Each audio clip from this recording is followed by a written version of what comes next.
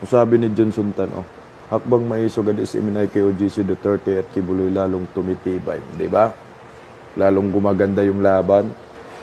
Tingnan mo nangyayari dito sa sa Tagum ngayon, hakbang maisog. Nag-merge ang Kingdom of Jesus Christ. Full blast. Ang ganda. Daming tao. At saka yung alam mo yung pang-alive, yung maganda kasi talaga yung Kingdom of Jesus Christ mag-organize ng ganun. Nakita mo sa Nakita mo sa Liwasang Bonifacio. Ang sigla. Ang sigla ng rally. Yung mga tao, sasayawan, di ba? Sana wag na yung mawala yung Kingdom of Jesus Christ, yung ang saad, boot, ang saad, boot. Pampagana yun eh. Kinakanta nila.